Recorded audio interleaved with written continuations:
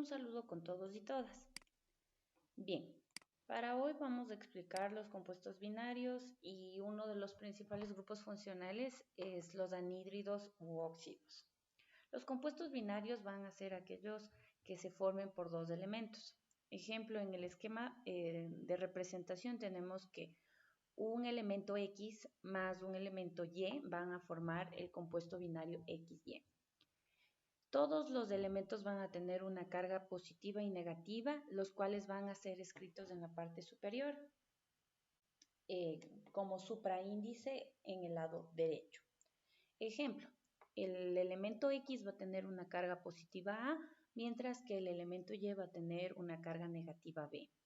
Para la formación de estos compuestos, el momento que se generan, estas cargas descritas anteriormente van a ser intercambiables, es decir, el compuesto X le va a dar una carga positiva A al elemento y el elemento Y va a darle una carga negativa menos B al elemento X.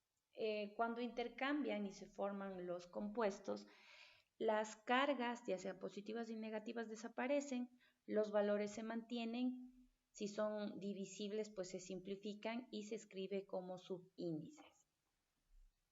Un ejemplo de eso es la formación del ácido sulfídrico, donde el hidrógeno actúa con carga más 1 y el azufre con carga menos 2. Al momento que se genera el intercambio de estas cargas, el azufre le está dando una carga menos 2 al hidrógeno, por ende se escribe el subíndice al lado del hidrógeno. También se debe entender que los compuestos binarios van a ser aquellos compuestos que pueden tener átomos iguales y átomos diferentes.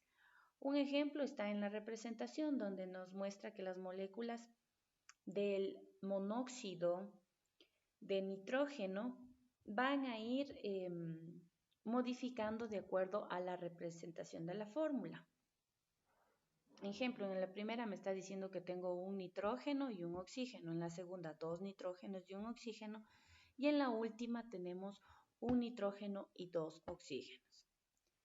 Ahora, los anhídridos u óxidos ácidos son aquellos compuestos que se van a formar entre un no metal con el oxígeno. El no metal va a tener una carga positiva, mientras que el oxígeno va a actuar con una carga menos 2. La notación química, ¿a qué se refiere? Es cómo se va a escribir el compuesto. Primero se va a escribir el no metal y en segunda instancia el oxígeno. Y como habíamos descrito anteriormente, con sus respectivos subíndices o las respectivas cargas con las que actúen. Existen tres tipos de nomenclatura, la tradicional, UPAC y Stock. La tradicional, en donde se aplica el término anhídrido, que acabo de señalar, y van a ir acompañados de prefijos y sufijos, de acuerdo a las familias de los no metales. Pueden ser halógenos, anfígenos, nitrogenoides, carbonoides, y estos prefijos y sufijos van a ir variando, repito, de acuerdo a las valencias que tengan dichas familias. En la UPAC generalmente se cuenta el número de los elementos desde el lado derecho hacia la izquierda y con eso se los va nombrando.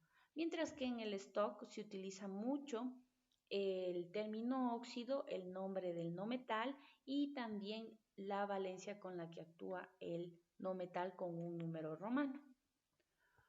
Para eso está un ejemplo. Ya la fórmula está representada al lado izquierdo, tenemos 4. En el nombre tradicional, si el cloro actúa con valencia 1, está el nombre tradicional anhídrido hipocloroso. Si actúa con valencia 3, sería anhídrido cloroso. Si actúa con valencia 5, anhídrido clórico, ahí aparece el prefijo ico. Y si actúa con valencia 7, sería anhídrido perclórico. Ya en la UPAC, como habíamos mencionado, se cuenta desde la cantidad de elementos, desde el lado derecho hacia la izquierda. Ahí aparecen los prefijos mono, que significa 1, di, que significa 2, tri, que significa 3, tetra, penta, hexa, etc. ¿Ya? Entonces, en el ejemplo, en el primero, dice monóxido de dicloro, donde menciona que tenemos un oxígeno y 2 cloro. El segundo habla del trióxido de dicloro, recalcando así que tendríamos 3 oxígenos y 2 cloros. Y así sucesivamente para los dos ejemplos restantes. Mientras que en el stock se antepone el término óxido, el segundo término sería de, el tercero sería el nombre del no metal. En el ejemplo de los cuatro fórmulas sería el cloro, y por último la valencia. Esta valencia o estados de oxidación van a estar representados con los números romanos. Si usted observa, en el primer ejemplo está con 1, en el segundo está con 3, porque está actuando con carga 3, el tercero con 5 y el cuarto con 7.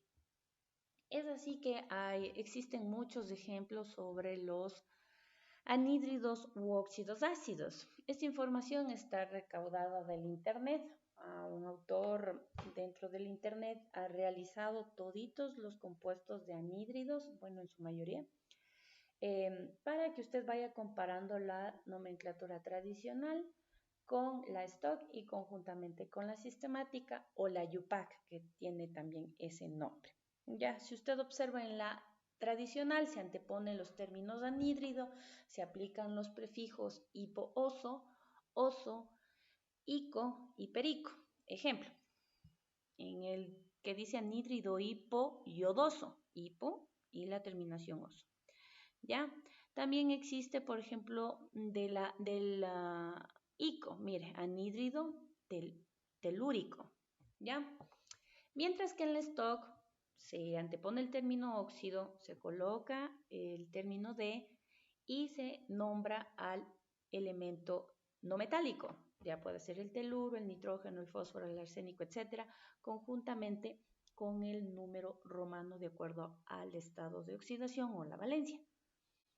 Recordamos así que la sistemática o UPAC, en cambio, va a contar los números o la cantidad de elementos desde el lado derecho hacia la izquierda. Ya eso va a depender de las fórmulas. Incluso había ejemplos en donde se pueden simplificar. En la nomenclatura, especialmente la sistemática, va a contar los elementos cuando ya están simplificados. ¿Sí?